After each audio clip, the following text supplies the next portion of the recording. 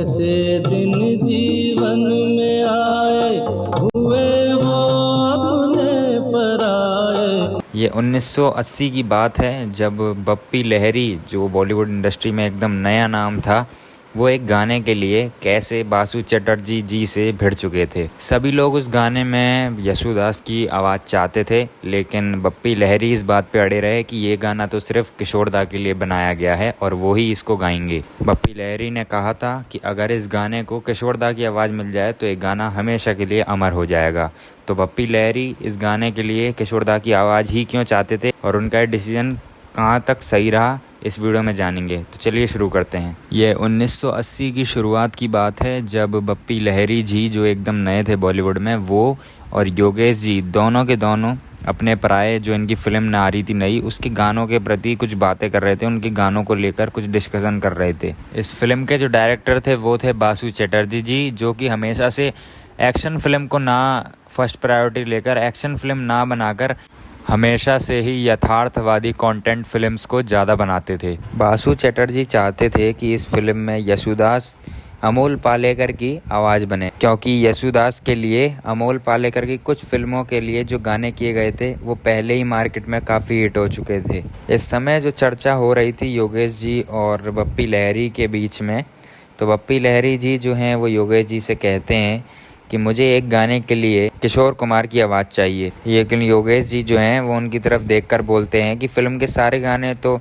यशुदास जी के लिए फ़ाइनल हो चुके हैं, तो अब ये नई फरमाइश कैसे, उनके लिए ये गाना कैसे किया जाएगा जब पहले ही फ़ाइनल हो चुका है। जब उसी दिन बासु चटर्जी जी स्टूडियो में आए तो बप्पी लहरी ने उनसे भी यही चीज़ बोली कि एक गाना किशोर दा की आवाज़ में उन्हें चाहिए।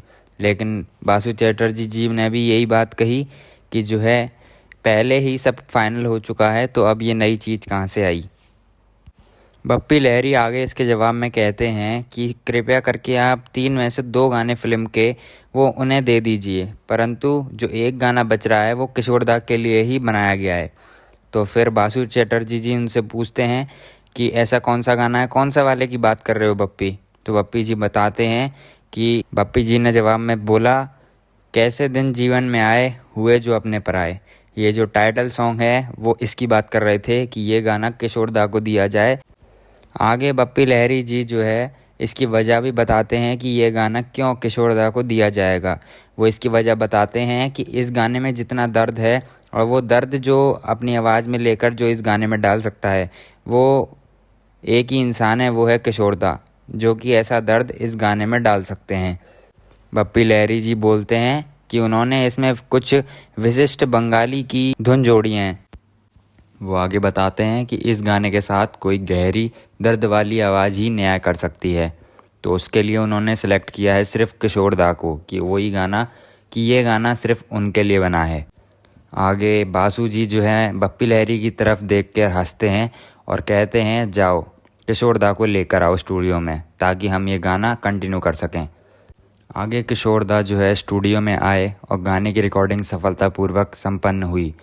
उसके बाद जब फिल्म लॉन्च हुई तो बासु जी की अन्य फिल्मों की तरह ये इतनी हिट तो नहीं रही, परंतु इसके जो गाने थे वो सभी से ज़्यादा हिट रहे, खासकर कि जो टाइटल ट्रैक सॉन्ग है जो किशोर दा की आवाज़ में गाया गया है। किशोर दा के गाने पर आप अपनी कुछ राय हमें कमेंट सेक्शन में दे सकते हैं और ये भी बता सकते हैं कि आपका फेवरेट सॉन्ग किशोर दा का कौन सा है। तो मिलता हूँ आपको अगली नई वीडियो में, तब तक के लिए गुड बाय।